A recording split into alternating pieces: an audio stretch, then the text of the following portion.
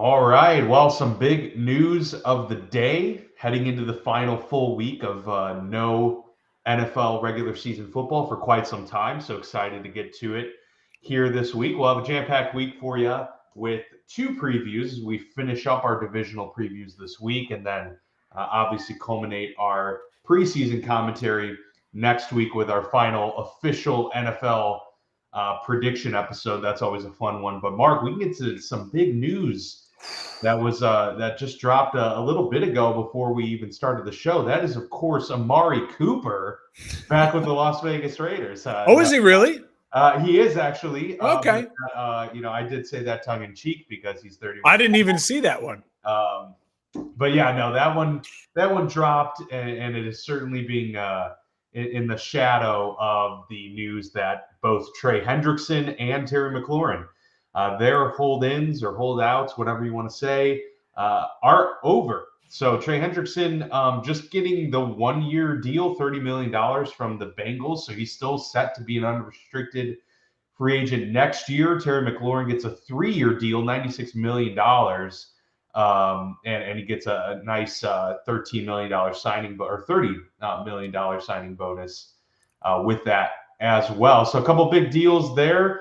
But Trey Hendrickson basically almost playing on like a franchise tag style thing, which I've seen a couple out there already joking around that watch the Bengals just turn around and franchise tag him next year and we start this whole conversation over again. But those hold-ins very much being talked about for several weeks now. That is over.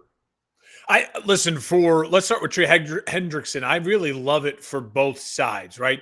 Hendrickson gets a giant chunk of money guaranteed. You're basically getting $30 million for 1 year.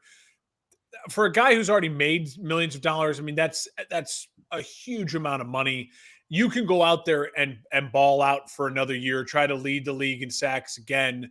And you get to hopefully compete, right? And you get to hopefully be on a team that is competing for something. And if you're the Bengals, it's an absolute necessity, right? We've seen how poorly their defense has looked in the preseason. I know it's just the preseason, but with how bad it was last year, it certainly is concerning. And you say to yourself, you say to your fans, and you say to yourself as an organization, right? On all, accounts, it appears as though the Bengals are trying to win, right? Like if I'm a Bengals fan, you signed your 2 wide receivers, you have your quarterback, and you signed your star on defense.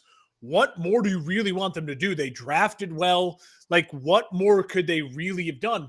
They're all in on this year. Now, what does it look like in 2-3 years from now? I don't know. You hope you have Joe Burrow and Jamar Chase, and the rest of it you keep building and drafting and you figure it out. But right now, this Bengals team is kind of all in on this year. That puts pressure on the coach. That puts pressure on the players to go out there and get it done. But it looks like as far as an ownership group that we make fun of a lot, they push the cards into the table like they're trying to win. Got it done. But yeah, I think the gripes of how we got here are still fairly valid, and it makes sense why people are saying it's the same old type thing. But yes, to your point, they got the end result that people wanted, and at the end of the day, that's kind of all that matters, right? Yeah, and if as far as Terry McLaurin goes with Washington, it's the same thing, right? Listen, I know you're paying a little bit with Terry for the next year and a half. You're hoping you're paying for still Terry McLaurin, right? Maybe the third year or the last year and a half of this contract, we're paying for someone who was a stand-up model citizen at a time when this organization desperately needed that and was flailing. I mean, Terry McLaurin has been a Redskin, a football team, a commander. I mean, he has been through it all. And listen, if I'm Terry, I had every right to be frustrated that I'm making just as much money as Deebo Samuel, a guy you bring in who's not as good as me. And now we're in this kind of win now mode. And it's not an insane deal. It's a very fair deal, right on par with a lot of other wide receivers and the money they're making, but it's not Jamar Chase money. So I think it makes a ton of sense for both teams. And listen, you're still not paying Jane Daniels for the next 2 years. In 2 years from now, yeah, you're going to have to negotiate that big deal with Jay Daniels. And then that money from Terry is pretty much gone and off the books. And you're probably looking to find him his next number one guy at that point in time anyway. So I think it's a great transitional deal while you still have a quarterback on a rookie contract and a team that, again, is oddly in this win now mode because you have a rookie quarterback deal going on and you're not paying him anything. It's a big year for Washington, and you needed to get Terry. Hey, you got a week and a half now. Let's ramp this thing up. That ankle feels a lot better today, doesn't it? And let's get to practice, right? Yeah, I mean, and this is a move that's not going to break the bank either. It's not like they're mortgaging anything to get this deal done. So it made all the sense in the world to just get Terry McLaurin back out on the field with Jaden Daniels, which is also very important for Jaden Daniels' continued development. When you have a unreliable in terms of availability wide receiver in Deebo Samuel, and then a still young and fairly unproven Luke McCaffrey, you need a guy like Terry McLaurin there to help steady those waters and keep you in that competitive spirit for the next couple of years. So great deal. Glad to see them get those done. A couple other news and notes. Since we didn't have an episode last week, Daniel Jones was named the starter for the Indianapolis Colts. I know you talked about this a little bit, Mark, in your preview.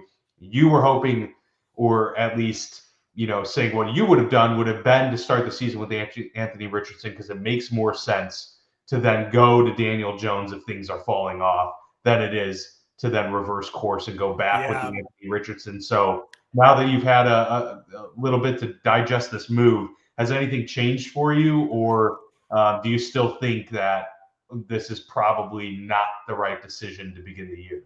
Well, to me, what's changed is I'm not going to be shocked now if in the next 24 hours we see Anthony Richardson get released or traded. And that's it's very, now it feels very reminiscent. You think that this is a total ship has sailed type of situation? I think that how can you put him out there with any confidence, right? They're saying the right things, going, no, Anthony could, we still have plans for Anthony and blah, blah, blah. But how can you put him out there with any confidence? How can your organization look itself in the mirror with any confidence? I understand that, but can I counter real quick? Because I feel like we just saw this a year ago with Bryce Young.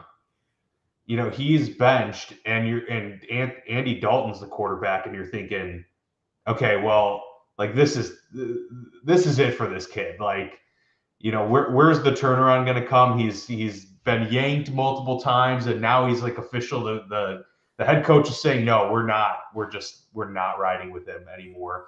And then he comes back in and plays well. I'm not saying it's apples to apples. He was a number one overall pick.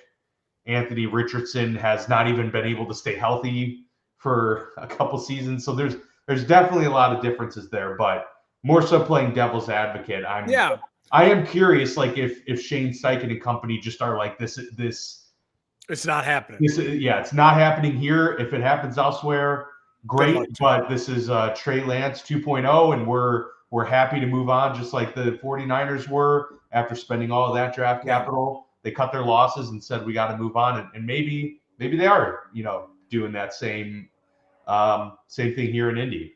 There's teams that I think could really use Anthony Richardson as a piece. I think those teams are like Buffalo. I would have said 2 days ago that team would have been Philadelphia. Being a backup to those two guys who are established starters who you don't have to worry about, but he fits in their kind of idea of what those prototype quarterbacks are. You're going to be physical. You're going to be big. You're going to use your size.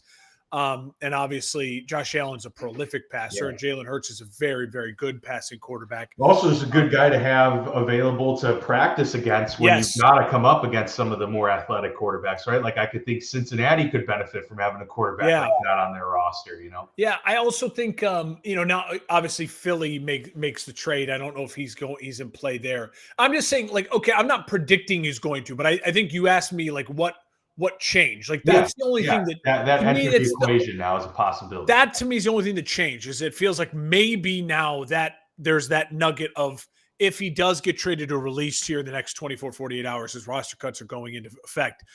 I wouldn't be shocked. I would have been shocked probably 2-3 weeks ago. You're saying, hey, you're gonna trade or cut him. I'm like, to give it a chance, start the season with him, and then go to Daniel Jones if it doesn't work out. So we'll see. And maybe it isn't the end. Maybe you're right. Maybe there is a Bryce Young kind of light at the end of the tunnel for this thing. I think if you're Shane Steichen, I still just go back to when we talked about them in the previews, that like he wants and needs to win, right? Like Stefanski feels like he can have a year where, again, they're picking in the top 5 and he's still their head coach. For Indy, I don't know if that's the feeling around Shane Steichen. You have new ownership now. The daughters have taken over. They may look at this as like, hey, Chris Ballard, my dad loved Chris Ballard, but we have no ties to Chris Ballard. We have no ties to this. Maybe the best thing to do is to start fresh. And listen, those girls grew up in an organization where you had Peyton Manning and Andrew Luck, right? I agree, Andy. I think AR's part of it is it's a mental game. We've seen it in the way he plays. But I guess the point I'm trying to make with the daughters is, would it shock you if they look at this and they go, hey, we want to wipe, clean slate and start our own imprint on this franchise? Maybe not. I don't know. But I can see it. There's a lot of question marks around the Colts. And I feel bad for Colts fans because 6 years ago yesterday, I think it was, or 2 days ago, Andrew Luck retired. And listen, I gave him a couple years, but now it's like a disaster, right? Sure. This is a disaster. And they've had my draft picks. Like, they've had their opportunities. This is a disaster. And I think a lot of that just falls on Chris Ballard. He gets no more excuses. And if the Daniel Jones stopgap doesn't work, then I wouldn't be shocked if they clean slate. And again, if it works well and you win 8-9 games, well, then you're not picking high enough to get a great quarterback anyway. So it's a disaster in that regard as well, right? Like, yeah. And so I feel for Colts fans. Damned if you do, damned if you don't. Right. Final bit of news in division: Joe Mixon now will begin the season on the non-football injury list, but he does have an ankle injury, so he's going to miss at least the first 4 games of the NFL season. They did bring in Nick Chubb. Hopefully, this can be some sort of awesome redemption story, maybe a comeback player of the year situation for Nick Chubb, depending on if this injury lingers for Mixon into taking him out for the entire first half of the season. I think that's in play, given all that I've heard. It's really been negative surrounding this injury all offseason. And so now that, it's a good thing that they got a proven back and Nick Chubb there. They still have Dameon Pierce and Daria Gumbawale. So they have some, veteran-esque NFL players in that backfield. But obviously with the season Joe Mixon had last year, and the last 2 years, this is a big blow. Yeah, this is just not what you want to see for sure for Texas. Yeah, listen, I'm with you 100%. I think, I think Chubb for the first 4 games, him being fully healthy, I think he can hold the water. And then you say to yourself, listen, Mixon, a mix of Mixon and Chubb, 2 really great veteran running backs who at their peak can still be 1,000-yard backs in this league for another year or 2. Like, all right, just give them both like the carries, right? And like they can spell each other. And you hope by Thanksgiving it's a real blessing, right? That both of them have fresh legs and both of them are running well. And we got to remember, it's a new offensive coordinator in Houston. What's his name? Who was the whiz kid who 2 years ago was going to be Slowick. Slowick was going to be the next Shane Steichen. Yeah. He was out after a disappointing year last year. And so there's a lot of question marks around Houston. This adds another big one.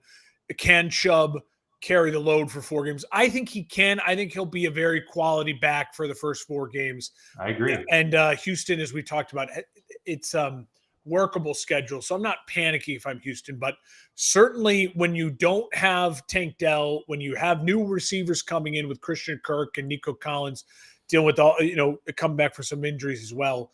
So a lot to the first week or 2 of Houston and how that offense looks is going to be interesting. Yeah. Are they going to be able to come out of the gates firing? It doesn't appear that way. If let's be honest, if CJ Stroud starts slow, say after week 3, he's got 3 touchdowns, 2 interceptions, you know what I mean? And he's kind of not putting up numbers. We'll have now a larger sample size of underwhelming CJ Stroud versus overwhelming CJ Stroud. It's 50-50 right now, average versus above average.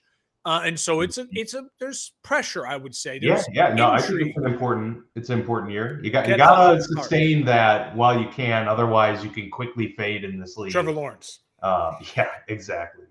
All right. Well, a good little preamble there to this episode where we will be previewing the NFC and AFC West divisions, giving our thoughts on all of these teams, how they stack up ahead of the 2025 NFL season. Let's get into it.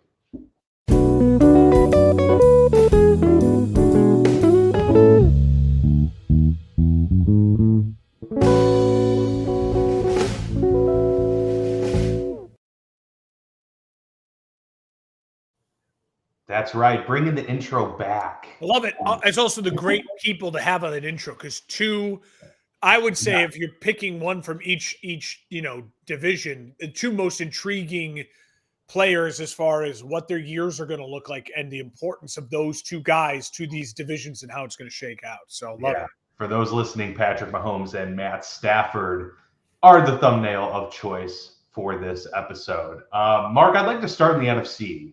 Okay, yeah. And I do want to start with the Los Angeles Rams, if I may. The Rams.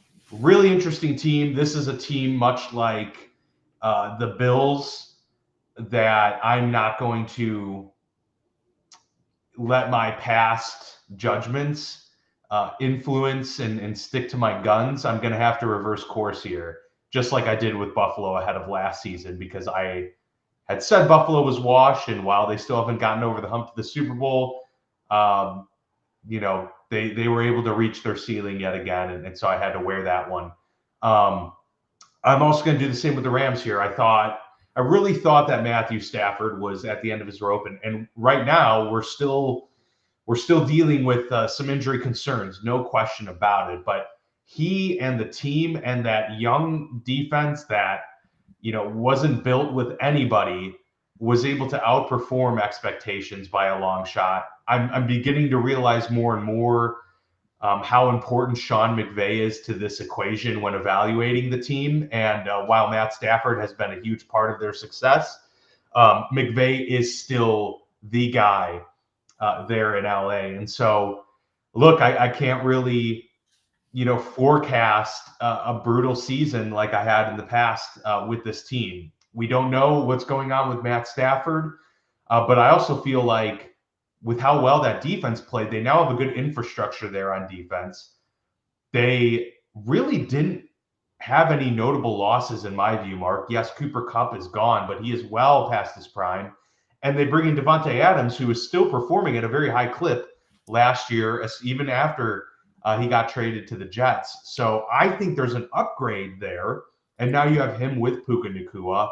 You have young tight ends. Kyron Williams is still a young, very important back to this equation. And they just won their division after a year in which, they did have to deal with a fair amount of adversity. So I think this all sets up kind of for Sean McVay to work his magic, even if Matthew Stafford has to miss some time. They have Jimmy Garoppolo. Stetson Bennett has actually, had a pretty decent preseason, and he seems like he could be a really long-lasting NFL backup in this league. So I think the spirits are relatively high there in LA outside of the Matthew Stafford discussion. Now, if he does end up missing the vast majority of the season, we're going to have to calibrate our expectations and have that discussion. But I don't really see things bottoming out. And I think the biggest reason for their success, perhaps, is how easy this schedule is. I mean, I was looking at Mark. I haven't looked at Warren Sharp's breakdown because he has really good breakdowns on like the ease of schedule. I don't know where the Rams rank, but just based on looking at it, they've got to be in like the top 5 or 6 easiest schedules in the NFL, I would venture to say, ahead of this season. So I'm optimistic with this team, and they're really not staring down any big guns in the division. There's a lot of questions about San Francisco, which we'll get to later. And Arizona hasn't done anything to make you scared of them, and Seattle's got a lot of turnover. So this is their division to lose, essentially. So those are my thoughts on the I almost said St. Louis Rams, the Los Angeles Rams. What say you? Well, they were 10-7 last year, and I don't think there is a team that is more capable of going either 4-13 or 14-3 than the Rams, and it's all based on Stafford's back. I mean, this back injury is obviously been a major concern.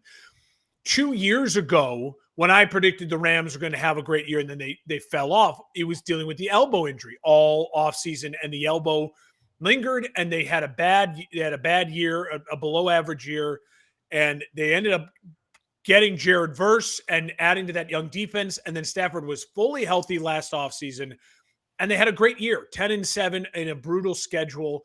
And they end up and almost beat the eventual Super Bowl champs. Of everyone who played the Eagles, they played them the toughest in the playoffs, and truly on the road in the snow. When you think the Rams should dolphin like the Dolphins do, they didn't. They really had a toughness since it's been the Stafford Rams versus the Jared Goff Rams of those early McVay Rams days. So the back injury is crucial. It's really crucial. Now, Stafford last year in 16 games, only 20 touchdowns, 3,700 yards. They were going through a lot of injuries with the wide receiver. Puka missed time. Cooper missed time. I think you're going to see, if he's healthy, those numbers bounce closer to that 27, 28 touchdowns, 4,000 yards with Nakua and Adams. Higbee's a very nice weapon. Tutu Atwell, wide receiver. I also expect, obviously, Kyron Williams with Blake Corum, a second year out of Michigan, get a little bit more run with this improving offensive line with Havenstein, Shelton, Avila. Very nice offensive line. It's recovered well since it was bad a couple of years ago after they had lost what's his name after the Super Bowl win. But Dan, I do want to mention Stafford is 23 touchdowns away from 400. I think he's aware of that. Matt Stafford is the definition of borderline Hall of Fame, Hall of Very Good. Where would that put him? That has to be like 400. It's a rare. It's rare. Oh yeah. It's rare air. Top when you hit 400 and more, you're talking about Brady, Manning, Rodgers, Favre, Marino. It's rarefied air, and so I think that would. He's already number 10. All the time. So that would put him in Big Ben and Marino territory. And so with the Super Bowl, with the 400, if this injury lingers, could this maybe be his ride off into the sunset year? You know what I mean? If they win the division, have a nice deep playoff run again, and he plays well, but the injuries catch up to him, I think this is a really nice fitting end, maybe could be to a Hall of Fame career, or maybe, who knows, the treatment's working and he's healthy. And I have a feeling the Rams are going to draft a quarterback next year anyways. Like, they're going to go invest. Maybe Stafford. I think they're going to first round. Yeah. Then maybe Stafford has a bridge year, or maybe he wants to go elsewhere. But I think there's a really important year for him in McVay and kind of a final run. That defense is really growing. As we mentioned, it was very good last year. I think it has a chance to be tremendous this year. Obviously, Jared Verse, Poona Ford, Quentin Lake, they have guys who are exploding onto the scene. The schedule is workable. Yes, they do have to play Tampa, Detroit, and Houston, but all of those games are in Los Angeles. They have an interesting stretch weeks 3 through 7. Philly at Philly, Indy, and then home against the Niners at Baltimore. So a lot of kind of at Philly, back home, at then Baltimore, and then they get all the way back home against the Jags. So some tough games in there with Philly, the Niners, Baltimore, and the Jags. You should have a win with Indy at home. But that's one of those stretches where we're going to learn a lot about what this Rams team is capable, I think, weeks 3 through 7. Hey, if they do go to Philly and win, then come back home and win against Indy, and then they win against the Niners, they can afford to maybe slip at Baltimore, maybe a strategic rest game somewhere, and to come back home and play a Jags team and beat a Jags team. If they can find a way to go 4-1 in that stretch, then this team could be for real. So I like the Rams a lot. I have since they got Stafford. I don't see them as a 12-13 win team because I do think with the age on offense, there's going to be nicks and bumps and bruises. I'd be shocked if Stafford plays 17 games. I'd pencil him in for more like 15 at this point in time, maybe even a strategic sit with the bye week to nurse the back. The back is better. I know it's terrible to say, but Stafford's dealt with back injuries before. The elbow was something new and really, I think, really threw him off in his throwing elbow. I think the back is something he can work through and he can manage if they strategically give him, some breaks and things like that. I'm not sure exactly where their bye week is. I like the Rams a lot, and I think this division is going to be spicy. I'm a little higher on the division than maybe you were from what your original kind of take was. So I'm interested to see. I'm going to San Francisco next, and so I'm going to get them out of the way here and kind of see what you have to say. I'll kick it off here. For me, the Niners. Real quick though, not to derail anything, but I just thought this was interesting. We were talking about Stafford, his legacy, the touchdowns. Where do you think Kirk Cousins ranks all time in touchdowns? Okay, so he's got to be up there. He's got to be top 20. My guess is he's creeping into like 16, 17 range, maybe top 15. Correct. He's 288. He's just 2 behind Johnny Unitas. Yeah. And only 3 behind Warren Moon. That's kind of wild. And again, and that's the perfect encapsulation to show why the Hall of Fame shouldn't include Phillip Rivers and should not include, Matt Ryan. Matt Ryan. Yeah. Because Stafford's different. He's got the numbers and a Super Bowl victory in which he was the reason they won the Super Bowl. Like we saw it with our eyes. Don't let history rewrite itself. He was Hall of Fame numbers like a Rivers, but he did get over the hump. And if you were to ask, who had more passing touchdowns in their NFL career, Kirk Cousins or Joe Montana, how many people do you think would correctly say Kirk Cousins? Yeah, I think not many, but again, it just goes to show how different the league is, right? And so that's why you need the Hall of Fame to have a real standard in those debates that we've had before. I love that. It's good. It's a good point there. And so, yeah, there's chasing history for 400 for Stafford this year. Okay, 49ers, 6-11 last year. Remember, they lost 6 games in a row at the end of the year. Things fell off the wagon. It was really bad. What did they do this offseason? They don't get healthier. They trade Debo. They give Purdy a shit ton of money, and they did just trade for Sky Moore.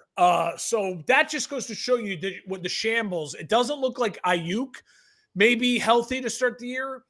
Ricky Pearsall and Sky Moore. Ayuk could conceivably be out almost the entire season. Like that's what's being talked about right now, which is I know it's the same. It's very reminiscent of last year with Christian McCaffrey. Which remember, people were drafting him 1-1, and then it was an hour and a half before kickoff, and it's like, oh wait, all of a sudden Christian McCaffrey's going to miss 6 weeks, and it's like, what the fuck? And so the Niners have a history of that. So listen, there's a lot of concerns as far as the water's being muddy for San Francisco. Now, it's not as noisy as an offseason. Remember, last year I dinged them a lot, and I had them missing the playoffs last year. Felt very good about that, and one of my things was the noise. Not as much noise. They moved on from Debo quickly, and you haven't heard it all circling. They did just trade for Robinson, the running back, as well. I don't know if that's a good or a bad thing, right? Because it's good because he's a good player and he has depth. But is it bad because is that saying something about what Christian McCaffrey's at? Yeah, you know what I mean? If they thought Christian McCaffrey was Christian McCaffrey 2 years ago, they wouldn't trade for a running back. You know what I mean? Yeah, the only thing I think is like they traded away Jordan Mason, coming into the year, and so they were already thin, and they had Isaac Guerrero. Yeah, but that's what saw from him. So my counter that would be, but that's what Shanahan does. He just takes a guy at the street, and in his system, it can be anyone. So the fact that they're trading for someone, I think, might be, again, a little nugget. It gives you pause. It's, again, throw it into just the confusion for me trying to predict what the Niners will be. Yeah. In 15 games last year, Purdy, 20 touchdowns, 12 interceptions, 3,800 yards. He did rush for 5 touchdowns, 300 yards rushing. He is sneaky as far as picking up first downs on 3rd and 5. Rodgers or Alex Smith. Yes. Yeah, very much so. Very much so. Listen, as far as weapons go, Robinson is suspended. Juwan Jennings is injured, and Juwan Jennings became the number one guy for them at the end of the year. You do have Pearsall, as I mentioned, trade for Sky Moore. You have the 2 running backs, McCaffrey, who's, if he's healthy, he's still a top 5 back in this league and a top 5 weapon in this league.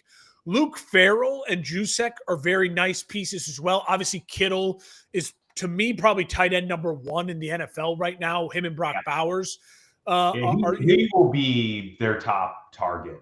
And Laporta. So there's plenty of guys, right? If everyone's healthy. Then I go to the offensive line, and Trent Williams, can he play 17 games? Again, I just don't think so. I think it's going to be a little bit like Stafford's year. If I get 15 games out of Trent Williams, that's a great year. Yeah. But again, the rest of that offensive line, McKivitz and people, like, I'm just not sold 100% on this is the offensive line that Shanahan is pumped about to run his system. Now, they may prove me wrong, right? Like the Rams defense did last year. The young guys showed up. People can play well in a system, so I have question marks. I don't feel confident about it. On defense, still a lot of guys but a lot of guys you don't know anymore. Ufunga is not there anymore. Yes, you still have Michael Williams, Fred Warner, Bosa. I think the biggest get for the Niners in the offseason, Robert Saleh. No one's talking about that, but Robert Saleh coming back to them as a capable head coach who's now getting back in charge of the reins of that defense. I think he's going to be motivated as all hell. And if him and Bosa are healthy, if Bosa's healthy, Fred Warner's healthy, Robert Saleh fired up, I think that's great sign for the 49ers defense to maybe regain some of its teeth. They had a brain dump for sure. And as talent aged, it made that defense more susceptible. I think the defense takes a big step back in the right direction. Listen, the schedule, they're tough games. Rams twice, at Tampa, at Houston. So the Rams get those games at home. The Niners have to go at Tampa, at Houston. That's not that bad. If those are the 4 tough games on the schedule. I was going to say, I think they also are right up there with. And Dan, listen to week 11 through 18. So if they are, even if they're injured at the end of the year, if they're battling for a playoff spot, there's no excuse to lose 6 games in a row when you have at Arizona, home against the Panthers, at Cleveland, bye week late, try to get healthy for a last-minute push, home against Tennessee, at Indy, home against Chicago, home against Seattle. No excuse for Brock Purdy and the 49ers to miss the playoffs. No excuse for them to miss the playoffs. With the defense and Saleh back, listen, you have Kittle, you have enough weapons, no excuse for this Niners team to not make the playoffs. 6-11 last year. They have got to be a double-digit win team with the way that season schedule ends and with their tough games being your in-division rival and at Tampa, at Houston. No excuses for the Niners this year. It wouldn't shock me if they're a 12-win team and a huge bounce back. I don't know if they're a great team, but I think their schedule's really easy, and they're a very good and well-coached team. Yeah, I love the exclamation point you put there because that was what I had in my notes was they ought to make the playoffs. Like they really should. And I know that's kind of crazy to hear given that's what we've come to expect from Kyle Shanahan and the 49ers. But last year was rough. They're still an old team, all things said. And I mean, to your point, I was almost more concerned about what they lost defensively than anything else because Hargrave was gone, Leonard Floyd, multiple additional losses on the D-line. Dre Greenlaw, like they lost a lot of dudes. Now, yes, they'll have Fred Warner back, who was dealing with lingering stuff all last year. It seemed it didn't have a great season overall. But what you said about bringing in Robert Saleh, that is the X factor there in terms of where they improved defensively. So hopefully he can be a guy to kind of come in there and even out what they lost in terms of dudes. And they did spend that draft capital, the first 2 picks, on the defensive line. So they're getting younger. They're trying to usher in the new wave and try and mitigate some of the complete veteran injury-plagued seasons that they've had recently. But it was still a big loss, and I was wondering coming into this year, the San Francisco's defense has been, a top 5-ish unit for several years now.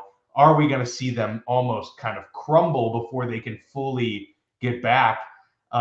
I don't know. I think with Robert Saleh, they probably don't bottom out like that. But as you said, it's probably a step back in terms of production for this defense. So they're going to need the offense to stay healthy, primarily the run game. I mean, yes, Kyle Shanahan can get a lot out of dudes just because of his scheme, but we've seen it. I mean, with CMC not on the field, with not Deebo Samuel not on the field, Brock Purdy is not the guy, at least he hasn't been to this point, to completely put a team on his shoulders and say, we're going to elevate and we're going to, get beyond this. So they're going to need the run game to be a healthy run game all year long. And they're going to need Juwan Jennings or Pearsall to like really take that next step to be like the dude. Because you're not going to be able to just rely on Kittle being your top target, especially when you have to, rely on his blocking so much as they do as well. Final point for me going off of that is I'll say this. I'm very critical of Brock Purdy. And my criticism of Brock Purdy just goes to the fact that I would, if I was a general manager, would never pay a guy who doesn't have one or two A+ all-world traits. Brock Purdy is a guy that doesn't have one or two A+ all-world traits. But what Brock Purdy does really well is he, like the Kirk Cousins of the world, are extremely elite at running a system. The problem in running a system and having a quarterback who's paid a lot of money is that you have a guy who's undersized, and every undersized quarterback says, Tua has said it multiple times. Bryce Young has said it multiple times. I don't know if Purdy said out loud, but it's just true. You're throwing to a spot and you're hoping the guy is there. Well, Dan, who does he have confidence with? Ricky Pearsall's been the one guy who's with him all camp who's been healthy. Juwan Jennings, who he built confidence with at the end of last year, is injured. He might miss time. Ayuk hasn't been there to build confidence with, and they're paying him a shit ton of money.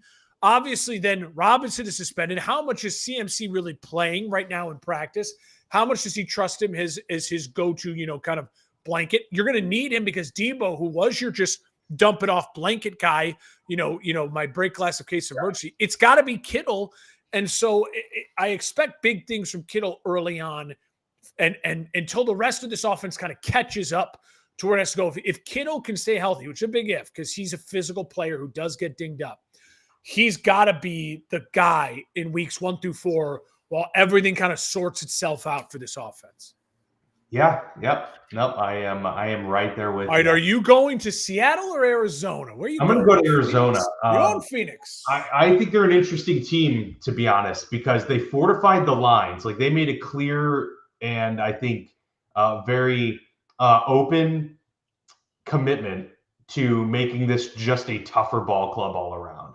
And even went and got the veteran guys like Calais Campbell and stuff to just, it seems like they're trying to build the culture, but also just trying to get huge in the trenches. I mean, Walter Nolan, that was a great pick.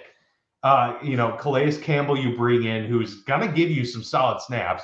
Josh Sweat, Dalvin Tomlinson. They're bringing big dudes. And so, Gannon, this is the year where we're going to have to see the actual consistent leap, because I think that we saw steady production overall from the defense, but he's the defensive guy. They've got to be better than just a steady force. And now that they've, given draft picks to it and, another a full off season under his tutelage, now we need to start seeing the fruits of this real quick. And obviously, and I lead with that because the obvious is Kyler Murray. Like this team goes wherever he's going to take them. I think we've seen enough to know that Kyler Murray is not going to be the guy that's the leader and the Tom Brady trade or the Peyton Manning. He's not that. But is he talented enough to work when they've got a bunch of dudes and like the defense is keeping games tight? Like, yes, I think if things are going well and the environment is set, Kyler Murray is extremely talented, and I think he can have a lot of success. So it's really going to be, is he working with Gannon? Is he going to live up to, the expectations that are set before him within that system? And if so, then I think this team can be really good. But this team can also fall flat because of Kyler Murray as well. So he's kind of the wild card X factor that I think with this team entirely. I expect them to be better at the little things because of their upgrades at the offensive and defensive line. So, I'm expecting them to be better from a penalty perspective and from a sustaining drives perspective, because there are a lot of times where they make Kyler play hero ball, and that's where you get into a lot of issues. But their back half of the schedule is pretty tough.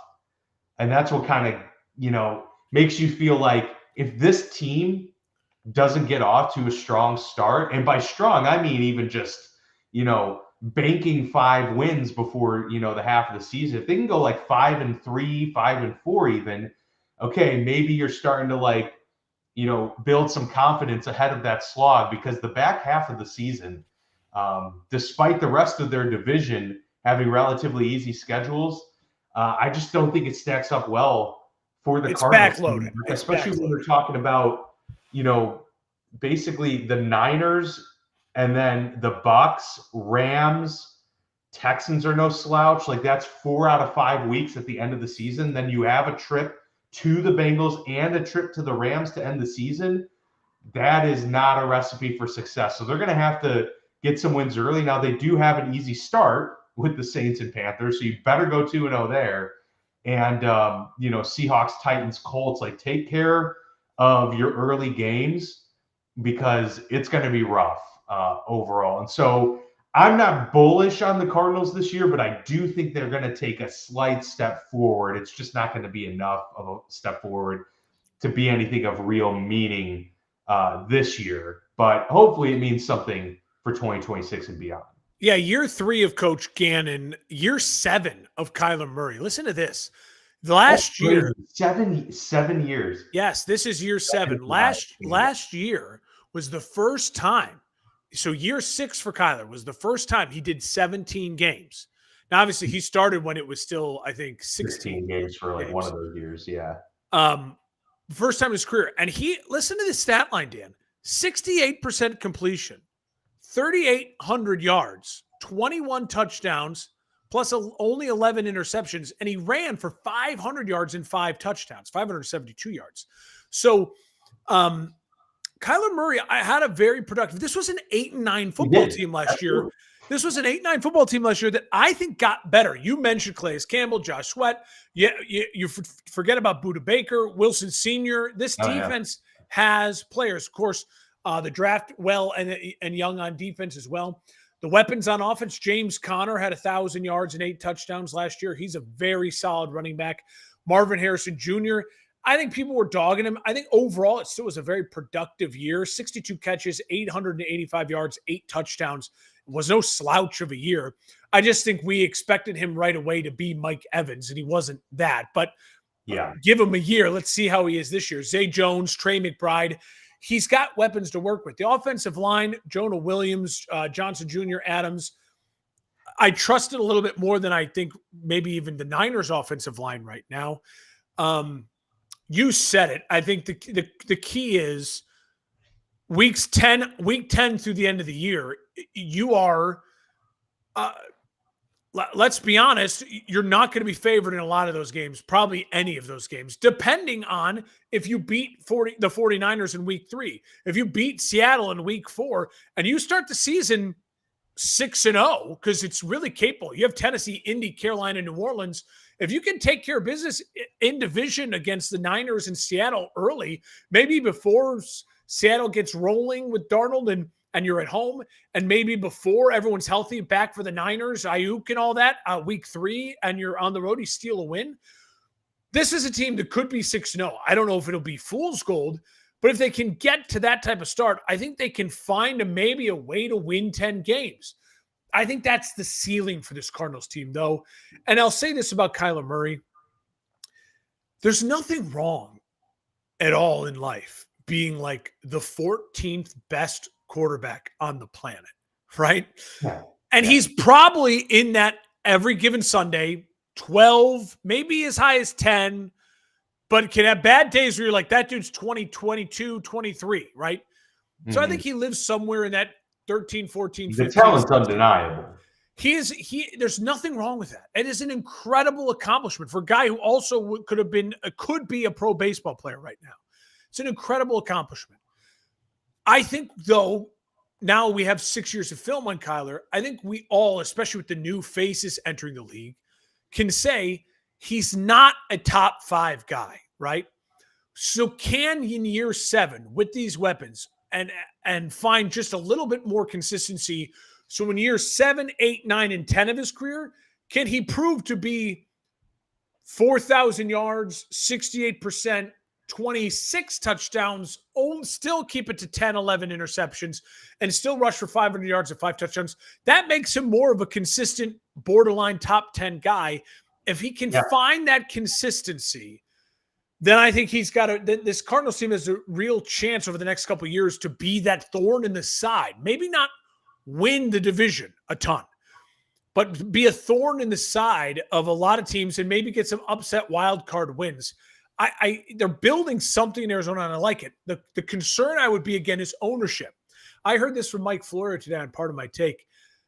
It blew my mind. The Cardinals, you got to remember, they may seem like a new team just because it's Arizona. They're always changing their uniforms.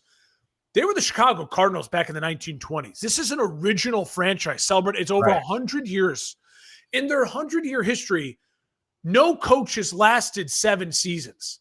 6 is the max, and only 2 coaches have gotten to 6. Wow. So they are especially in their recent history. Only one Super Bowl appearance. They're in their recent history a very pull the trigger team, and we saw it when they drafted Kyler Murray. They drafted a quarterback 1 year, and they drafted another quarterback right away the next year. They can make impulsive moves. I think if they can get to 8-9 again, 9-8, run it back another year with Gannon and Kyler Murray. Maybe the schedule next year turns around and you get some more favorable matchups. You keep building that young defense. Go find him a true tight end number 1. Maybe get a younger, more explosive running back to pair with Connor. And again, maybe this team in a year from now, we're talking about, if everyone stays healthy for the most part, is a really dangerous wild card team. I don't know if this is the year, even though I think they're a better team, because again, that week 10 through the end of the year sucks ass for the Cardinals. It's bad. Now, they may prove us wrong, right? The Jags may stink by then.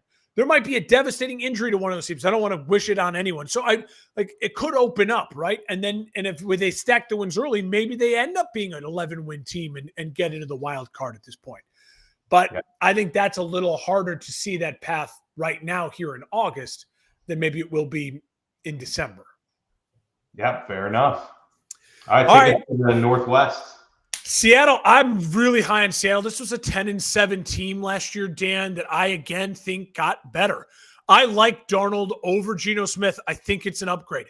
Now, do I trust either of them in a big game in the playoffs? No, because I've seen it from both, and I have no reason to trust either of them.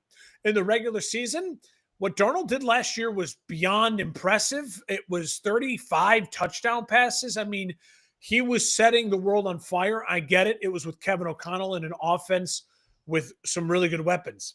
This offense has some good weapons. Kenneth Walker, Charbonnet. That's one of the better backfields in the NFL. Jackson Smith-Njigba, and then Cooper Kupp. You have a young second-year tight end, A.J. Barner, who's got a very, very good upside. You took him in the second round, second rounder. Offensive line, vastly improved. Gray Zabel has been a stud in the preseason. You saw what he did in the highlight to what's his name? Chris Jones in their preseason game against the Chiefs. He manhandled him up front. Bradford and Lucas. This is a solid offensive line. Year 2 with Mike McDonald. In year 1, the young defensive coordinator from the Ravens took this team to 10 wins in a tough division. Now, a lot of it is the Niners fell apart. Okay, I'll give you that. But the Cardinals were an 8-win team last year. They weren't dregs of the league, and this Seattle team found their way to 10 wins. On defense, Brian Murphy, Leonard Williams, Devin Witherspoon, they have some guys for Mike McDonald to play with. Obviously, a lot of Seattle's success offensively is going to be dependent on Jackson Smith-Njigba becoming a true number 1. I think he can develop, certainly show the signs of a true number 1 this year, maybe blossom in a year or two. I think Darnold getting the 3-year deal, getting the confidence, and hopefully just having that confidence and taking the lessons he learned from the Vikings and bringing that over will help guide him in Seattle. I don't expect him to be 35 touchdowns, Sam Darnold, but I expect him to be a very, very, very above average, high quality quarterback play.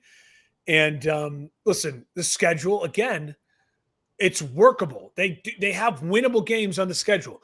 You play Arizona twice. Can you split with them or sweep them? You play Indy. You play New Orleans. You play Jacksonville. You play Tennessee. You play Carolina. Those are all games I think they should be favored in right now going into the season with their personnel. And listen, yes, it's tough. You have the Niners. You have Pittsburgh at Pittsburgh. You have Tampa. You have Houston. You have Washington. But I don't see Buffalo on there. I don't see Philadelphia on there. I don't see the Chiefs on there. I'm giving Houston as a tough game. Do we have a ton of faith that Houston's going to be an all-world beater? No. So I think, again, it's workable for Seattle. I think this is the division that has 4 really quality teams. I would argue right now the NFC West has a chance to be the best division in football. As far as I don't think any of them are necessarily 13, 14 win teams. 13, 14 win teams. But I think none of them are 6 wins either. I don't think any of them are 6-win teams. Truthfully, if they, I think everyone's floor is about 8 wins. I include Seattle in that. Again, I'm putting a lot of faith in Darnold, but I think I have reason to after last year. I know he stunk it up in the high-pressure games, but he's not going to face those high-pressure games till maybe late in the season, and if he stinks it up again then, I'm not going to be shocked. I still think that he has the ability to put them in those high-pressure games. Weapons, young defensive head coach who proved a lot last year, 10 wins as a rookie head coach in that division. I think there's a lot to like for Seattle. The one thing I will say is the Allen Foundation, obviously Paul Allen passed away a couple years ago, made his money in Microsoft. His sister is handling the estate. They just sold the Portland Trailblazers, which he owned, to the owner of the Carolina Hurricanes, which is funny because their logos are almost identical. And can you imagine owning Carolina Hurricanes hockey team and Portland Trailblazers basketball team? Yeah, right. But I mean, Carolina's been surprisingly good as a hockey team. Oh, so yeah. Their ownership group, I think if you're Portland, you got to be excited about that. There's rumblings that they're the next team that's going to sell, Seattle. So does that permeate it all? You know what I mean? Does that permeate that the front office is, or the ownership group is maybe not as present or engaged or what it might be? I don't know. But that is a lingering thing that I think is definitely something to consider. I'm just throwing it out there to consider.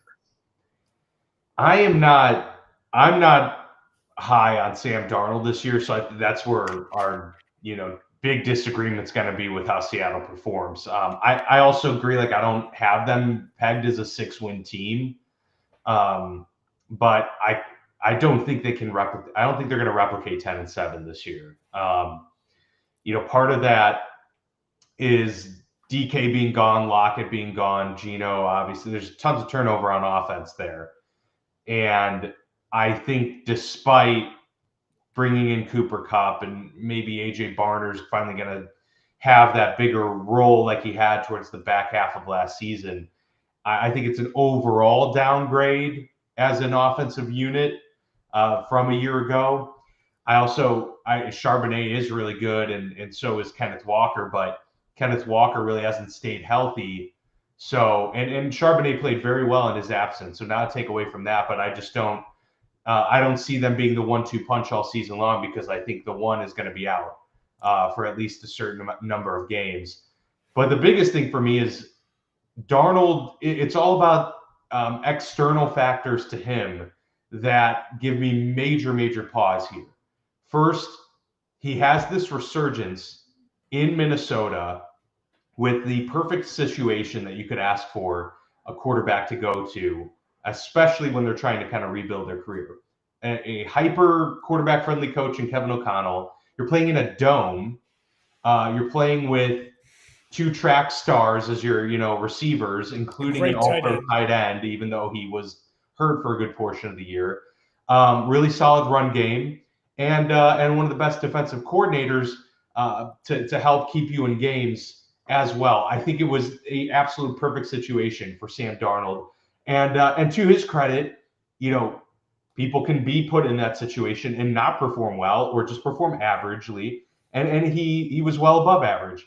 I think a lot of things will have to go right in this situation here in Seattle, tougher conditions, and with fewer weapons, I would argue, to throw to, and not a offensive-minded head coach to boot. I think a lot of that stacks up against them. And with all of the newness, yes, do they have a super tough schedule? Not really, but the tough parts of their schedule are in the first half. And how quickly can Darnold and company get acclimated to each other? That's yet to be seen. But those are questions that I have when we start with an entirely new group to begin a season. So I think it's going to be tough for them right out of the gate, seeing some of the best defenses that the league has to offer. I mean, even the Saints are not a very good team, but they have really good, defense in recent years. So those are my big questions. I'm not high on Seattle, but I take your whole point about the West. And I think you're correct that they're going to be one of the better divisions in football just because of what they are top to bottom. Yeah, there's no team in this division that I think should be picking in the top 5 of the draft next year. Right, agreed. And that says something about the quality of the play. Listen, I think, Darnold is a huge question mark. I don't blame you for having that feeling. We'll see. I think the defense is what I'm looking out for. I think Mike Macdonald year 2 with this personnel, I think it's going to be all of a sudden you'd be like, wow, they're playing fast. It looks like a Ravens defense that he was in charge of. And if they can get something to feel like that in that division against a 49ers team that I don't trust the offensive line right now, and they don't have a ton of weapons. We're going to say I think it's going to be every divisional game between these teams is going to be really hard to pick. It's going to be really hard when we're making our predictions for the record. It's going to be really hard. All right, where are you starting us in the AFC West, my friend? Actually, I'll let you kick it off because I think you kind of were given Seattle there at the end, so I'll let you start our run here. I'm starting with the 15-2 Kansas City Chiefs, the defending AFC champions. I think a lot of people, it's like it's starting to feel a lot like the Patriots, like predicting the fall. The difference is you got to remember, for our late teen through our 20s, the Patriots didn't win Super Bowls until our late 20s and then our early 30s. It went a decade without winning Super Bowls, but they were in 2 and they lost those 2. Every other AFC championship. And they were, and I think it would shock us if this is now the era that the Chiefs are entering. I don't think so at all. I think the Chiefs, again, they absolutely are going to be I think they should be favored in this division. I think they absolutely should be favored to be playing in the AFC title game. This was a 15-2 team last year, Dan. I don't see how they got worse. Now, Mahomes, here's something I think is really interesting. Okay, let me point out some interesting things. Again, they won 15 games, and these are red flags. 26 touchdown passes for Mahomes. His lowest since 2019. That year, he only played 14 games. He was sacked 36 times in 2024, by far the most in his career, I think by like 12 sacks. The offensive line kind of fell apart. They have reworked that. You have Jawan Taylor, you have Trey Smith, and Creed Humphrey. The right side of that offensive line should be really, really solid. Creed Humphrey's maybe the best center in football. Trey Smith is a top 3 or 4 guard in football. The left side, Mike Caliendo, year 3 out of Western Michigan. Big dude, but he's a little bit of a question mark. And then they draft Josh Simmons, the first rounder from Ohio State. He's got all the measurables to be your left tackle, right? 6'5", 310, big dude. So I think the offensive line by October should gel, and that left side should survive. They can lean on the right side. And listen, there's no one better in the league than Andy Reid at making sure he's hiding his weaknesses. What I would like to see from the Chiefs this year He also had 3,928 passing yards. That was the lowest in his career, even lower than in 2019 when he only played 14 games. So he didn't hit 4,000 yards passing. I'd like to see the Chiefs get back to being the explosive Chiefs that jump out on people. And it's just like, where did this come from? A whirlwind of offense. And I think they have early on in this season the pieces to do that. Rashee Rice is going to play at least the first 4 games. Then the suspension could be handed down. Then we'll get the ruling of what the suspension will be. We don't know. They could say it's for next year. They could say it starts right now and it's the whole rest of the year. They could say it's 2 games, 4 games. We don't know. But for the first 4 games, you have Rashee Rice. You do have Xavier Worthy and Hollywood Brown. Juju Smith-Schuster is there as well as a veteran. And then you say to yourself, Pacheco and Hunt, 2 quality backs. But I don't think anyone is expecting either of them to go for 1,000 yards. They're going to share the workload. It's very much irreplaceable. 1 in, 1 out. Doesn't really matter. Fill that void. Travis Kelce had 97 catches, 823 yards, only 3 touchdowns. Well, that's because Noah Gray has really come on. He had 5 touchdown grabs to them, 40 catches, 437 yards. Still crazy that Kelce caught 97 passes. Together, 5-yard passes. Together, your tight end production, 137 catches, 1,250 yards, and 8 touchdowns. So the tight end is still extremely valuable in this offense. I think you'll see Noah Gray take another leap up, maybe get closer to 50, 500, 5 touchdowns. I think you'll see Kelce drop that number of receptions down to maybe in the 80s, in the 70s. You'll see that number of reception yards maybe float lower to like 650 to 750. But I think you'll see him get involved in the red zone because I think he's got some touchdown milestones coming up. I think you'll see him maybe production as far as more of the red zone goes. I'd like to see the Chiefs go back to being explosive. And I think that means Andy Reid trusting Andy and trusting a little less of Matt Nagy. The Chiefs have felt they got little Matt Nagy'd last year in the offensive. I mentioned it throughout the season where it's just nothing but quick, weird things happening near the line of scrimmage. Yeah. Go man on man, beat a guy off the table, and let the best quarterback in football use the talent that God gave him. And Mahomes, again, this is year, 9 for Mahomes? So, like, he's seen it all now. So we're getting into that era for him. Defensively, obviously, Spagnuolo, one of the top 3 defensive coordinators in the league. He's fantastic. Karlaftis, Chris Jones, Tranquil, Bolton, Chenal, McGuffey. Their defense is very, very solid. Very, very solid. The schedule, listen, they have tough games. Philly. Yeah. They get Philly and Baltimore at home. They get Detroit at home. They get the Commanders at home. They get the Houston Texans at home. They only have to go to Buffalo, and we know they can play at Buffalo. So, listen, you're going to get that home field advantage that the Chiefs have really well. I would not be surprised if they win at Buffalo, lose at home against Philly, win at home against Baltimore, win at home against, maybe Detroit, lose at home against the Commanders, win at home against Houston. If they can find a way to work through that, then you have to do what you do as the Chiefs, what you've done in Patrick Mahomes' whole career. Take care of your division. He's one of the most elite quarterbacks against his division. The division's getting better. We're going to talk about it coming up. I still think very highly of the Chiefs. I think people predicting the Broncos and the Chargers to beat the Chiefs, I'll let them stick their neck out. I ain't picking the Chiefs to lose this division until I see them lose this division, until I see someone knock them off the throne. It's a 15-2 team that I think in a lot of ways is just as good, if not better, of a football team. I don't know if they're going to win 15 games, but would it shock you if they did? Probably wouldn't shock me if they won 15. My guess, and we'll see what happens when we come to the full predictions, is that I'll probably have them at around 12 or 13 wins this year. And I think that's probably still going to be good enough to win this division. This division is really good. I mean, if we're talking about, the other divisions where there might not be a full the Raiders we'll talk about. I don't even know if their floor is super low given the Pete Carroll effect and everything else, but it's a good division. I would like to go to Mile High City. Let's go over there in Denver I want to talk Broncos. Another really interesting team this year.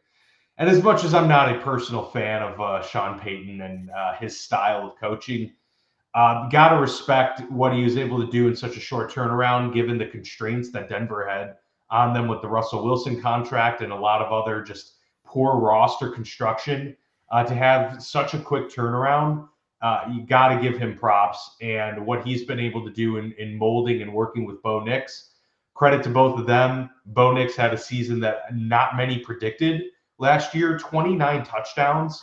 As a rookie, adding 4 on the ground, 400 yards rushing at that. I mean, he had a very, very nice rookie season, 66%, pass completion. And that's not even really factoring in how he performed in the back half of the season, as opposed to, those early struggles. So I think it's very reasonable to expect at the very least a slight upgrade for Bo Nix coming into this year. Oh, and on top of it all, they've added to this team in some meaningful ways. I think adding J.K. Dobbins is really solid, gives you depth. And, he's a guy that obviously has a tremendous amount of talent, just has not been able to stay on the field, unfortunately. But if he's remotely healthy, then that's a big win. Evan Ingram, I think, was a huge acquisition for them. That really opens up their possibilities in the passing game this year. And then getting Drake Greenlaw, like they really added quality pieces, and it was really quality over quantity for them this year. They went 10-7 despite some of those bumps in the road, despite having a rookie quarterback, despite having, a less than talented team overall roster-wise. Now they've added some talent. They have another year, full offseason here for a non-rookie quarterback now. I think, 10 wins almost appears to be the floor for this team, given what they're going into this year and given their schedule. Here's the big thing that stood out to me about their schedule. It's something that I look for when I'm looking at Miami or some of those other rookie quarterback schedules, types of things. I always look at what are their road games like and where are they? Almost all of the Broncos' road games are either on the West Coast, so not far travel and not intense weather whatsoever. It's pretty much all California, or they're in domes. So they get the benefit of not having to deal with hostile weather, and they get all of their, skill sets at max capacity on these road games. Oh, and then on top of it, they play at home in one of the most hostile stadiums that you could imagine. So I think that is kind of an X factor as well in this season. They have kind of a soft landing when it comes to these road matchups for a still young quarterback, and have, that benefit of being a team that hosts games in a very difficult environment. So that was just kind of the icing on the cake for me. But those are my general thoughts on the Broncos. High on them this year, and really interested to see how this offense evolves even more in year 2 under Bo Nix. Yeah, Dan, you nailed everything there. I would add R.J. Harvey, the rookie second rounder out of UCF, the running back. Cortland Sutton is a true number 1. And then Marvin Mims, another guy that you're probably going to see another step forward. Mims and Vele, both really solid. And then you add Pat Bryant, the rookie third rounder from Illinois, who's a stud, who looks like he could be working his way into becoming the true wide receiver number 2, opposite of Cortland Sutton, maybe by the end of the year. So there's a ton of weapons when you add Evan Ingram. There's a solid offensive line, Bowles and McGlinchey, 2 really good tackles. The defense, Greenlaw and Hufanga, they just take the Niners guys, say, come on over. Exactly. Pat Surtain is still there. Bonito had 13.5 sacks last year. He's a guy that is a name you don't recognize, but a really elite defensive player as far as getting the quarterback. Yeah, they have tough games. You play Kansas City twice. They do have to play Cincy. They do have to play Philly, Houston, Washington, Green Bay, the Jaguars late in the year. Yeah, but some of those key games are at home. So you play the Chargers. You play the Chargers twice. They're one of the hardest teams for me to try to, as far as wrap my head around, as far as what their floor. I agree with you. The floor should be 9 wins, because on paper, with Sean Payton and what Bo Nix did in year 1, it's just on paper, it would be shocking to me if they're not winning a lot of games. I do think there's something, though, to Bo Nix is interesting. I do think there's a sophomore slump is going to hit someone, right? I would argue that Caleb had just a solid rookie year. There's no slumping from his rookie year, right? Like I would argue that Penix Jr. good enough of a year like Penix Jr. and May, same thing. Like I don't like predicting a sophomore slump for them. It's just weird because it's like, well, they didn't really have like a, you predict a sophomore slump for guys with good years. So you have Jaden and you have Bo Nix. I wonder, Dan, he rushed the ball 92 times for those 430 yards. That is a lot of rushes for only 430 yards, which means Bo Nix is taking hits. He's putting the ball in his hands a lot.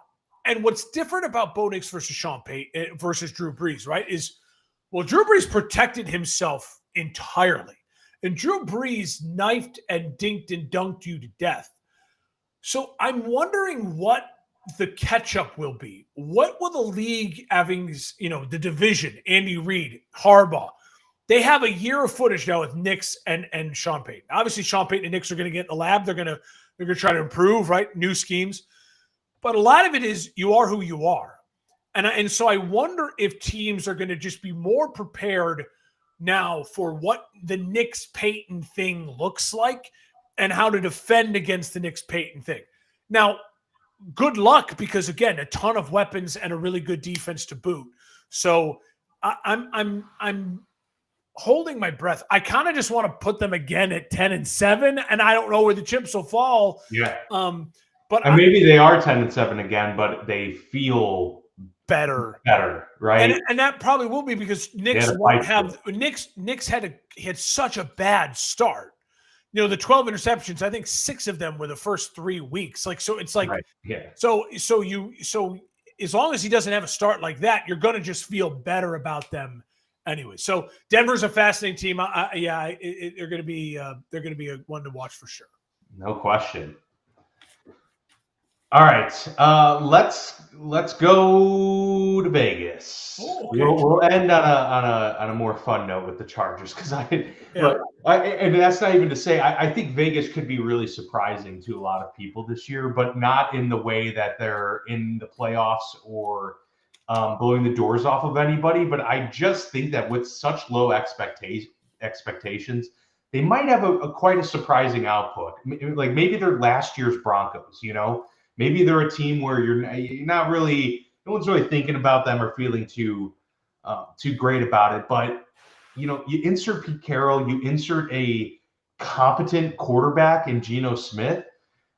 You give a lightning strike in the backfield in Ashton Genty, who, most expect at least to be very much like what Bijan was just a couple of years ago coming out of college, a surefire producer at the running back position. I mean, sometimes all it takes is a couple little tweaks like that, and they're not even, the Carroll thing isn't little, it's significant. I mean, he's a culture builder.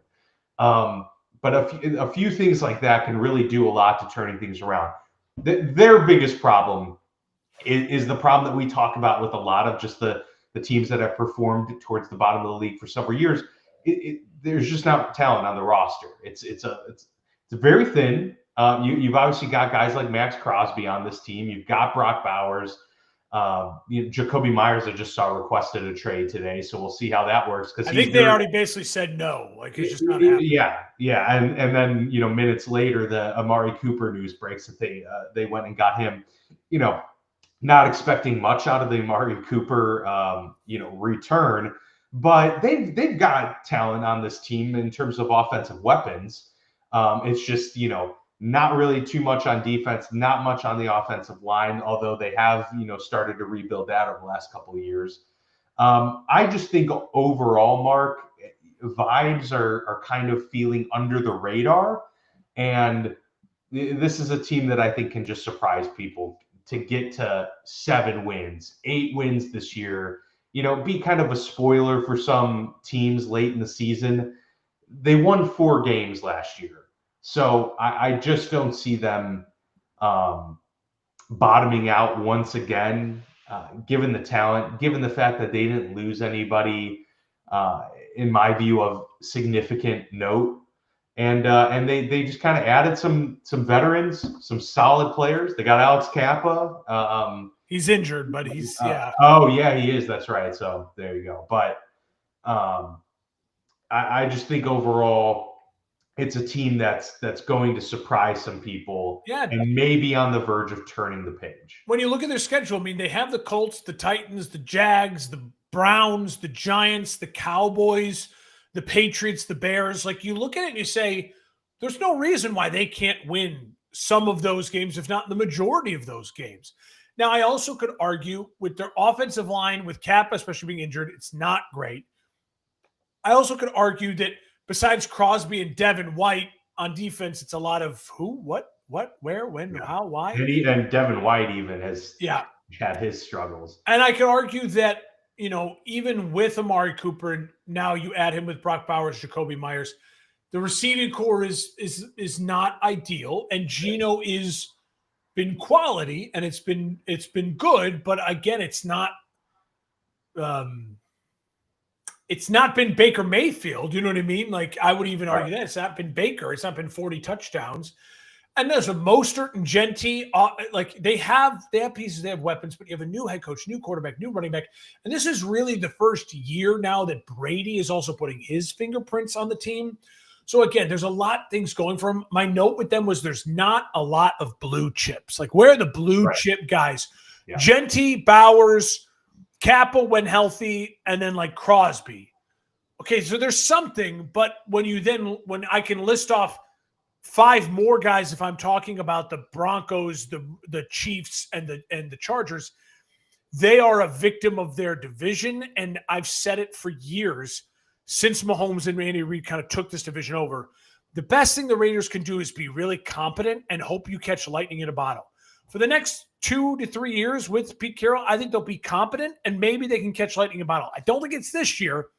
Maybe with another draft, another free agency, it's next year, and then we'll see if they move on from Carroll and Geno and where they go from there. Yep, totally agree. All right, the San Diego Superchargers. Put them back in San Diego. They deserve to be back. Year 2 for Herbert and Harbaugh, the H Bros. 6th year for Justin Herbert. Year 6 for Justin Herbert. Listen, this stat is so interesting. 23 touchdowns, only 3 interceptions for Herbert. But Dan, listen to this. 504 passing attempts. Okay. In 2022, the last full season, because 2023 he was injured, let's not count it. So 504 in 2024, first year with Harbaugh. In 2022, 699 passing attempts. Yeah, that's crazy. That's in 2021, 672. And as a rookie in 2020, 595. So he threw less passes by almost 91 with Harbaugh. That is an immediate culture changer, and it's why they were 11-6. It's why they made it to the playoffs, and it's why it's shocking that when they got to the playoffs, they made him throw a bunch of times and he threw a bunch of interceptions and all unfolded. They lost themselves. So that's on Harbaugh. You've got to change that. But Dan, listen, you add a Marion Hampton, you add Najee Harris. I think Najee Harris will get healthy at some point in time, and he will be an X factor. I drafted him in like the 14th or 15th round of my work fantasy draft the other day as a total flyer. I'm like, I think Marion Hampton's going to be the starter out of the gate. Yeah. It's not going to happen that way. He'll be a change of pace guy, and then he'll probably take over at some point in the season. And then Ladd McConkey, Will Dissly is tight end number 1, Quentin Johnson and Keenan Allen. There's guys. It's not ideal, but there's guys. And in a division where the wide receivers are just not great overall, except for Cortland Sutton, he's by far the best wide receiver in the whole division. He's not, for a whole division, that's pretty weak. And he'd probably struggle to make your top 10, right? Like he'd be like, yeah, you could put Cortland at 10 over, so-and-so. Yeah. I don't worry too much about that. I will say, Dan, all eyes is on the offensive line. Rashawn Slater, obviously gone. You move Alt to left tackle. I think he'll be a very good left tackle because he's a very good football player and a very good right tackle. Trey Pipkins III is who is at right tackle. Godspeed to Trey Pipkins III. You know that teams with now one thing this division has is pass rushers and defensive line. So good luck to Mr. Pipkins III. The defense, Dan, no Bosa this year. That's going to be weird. He's in Buffalo, but you still have Derwin James. You have Khalil Mack, Tart, he needs to step up. Agbanig. You know what I mean. Larry Ogunjobi, is that Ogunjobi? No, I mean, maybe, I don't know. But he needs to step up. You knew it was going to fall apart at some point in time. No, he plays for the Bills anyway. I don't know. And Dan, it's all I know is they drafted him high and he needs to step up.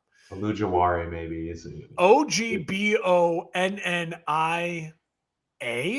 Ogbonnia. Ogbonnia? Ogbonnia. Yeah. Ogbonnia.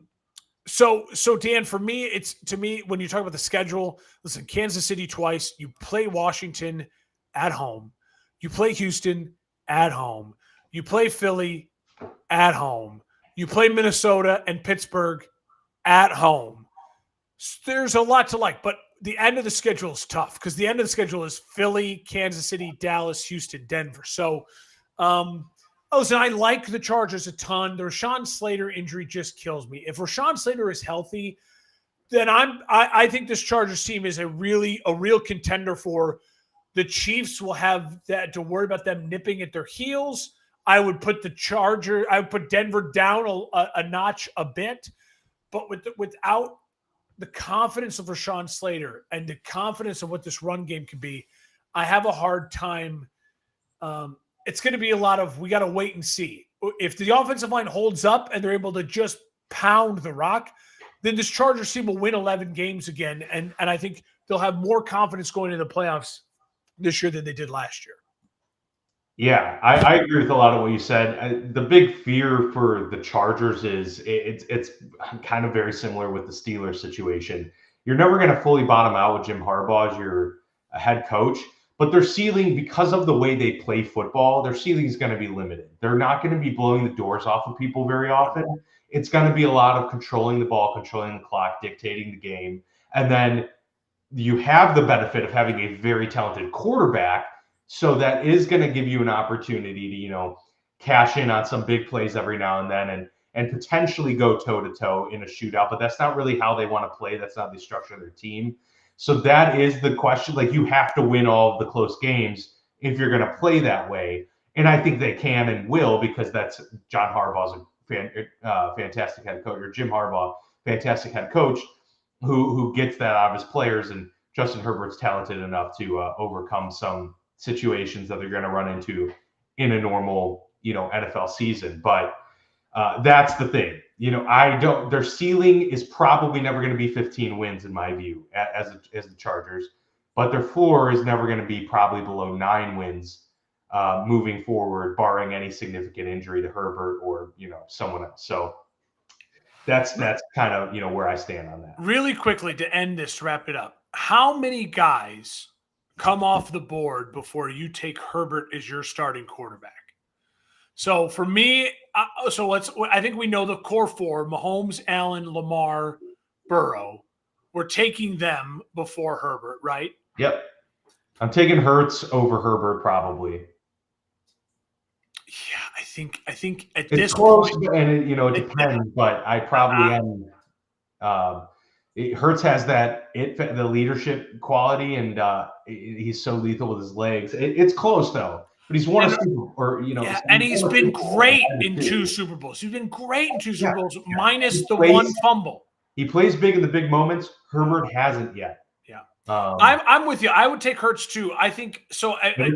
He's right in that area. He's probably the next pick. Right now, I would take him over Lawrence, over Stroud, over Murray, probably over Stafford, just because Stafford, maybe in 1 year, if everyone's healthy, I would take Stafford. But as far as anything goes, I think he's right ahead of Stafford. Yeah, I agree. Yeah, so kind of in that right there, in the top 10. Probably 6-ish, 7-ish. Okay. All right. We see eye to eye there. Absolutely. which is why they're going to be in games and they're going to win a good amount of games. But yeah, they it's need not to easy schedule. They need to have him have a couple moments this year where they lean on him and they say, "Hey, Justin, we can't just lean on you for the first time in the playoffs because that was a disaster. Like, let's see what this is like if we ask you to open it up." And you get Keenan Allen back. Quentin Johnson showed improvement last year. Obviously, you have Ladd McConkey. Disley's a solid tight end. And so, let's see it. Let's see it. Absolutely. Good stuff. We got one more of these to do. It'll be dropping later this week. The big one. We head to the AFC and NFC North. Chicago Bears, Pittsburgh Steelers. So excited. And then, of course, we'll have our full playoff prediction episode coming your way next week. But yeah, stay tuned for the AFC, NFC North. This has been the Football Lounge with Mark and Dan. We'll see you next time.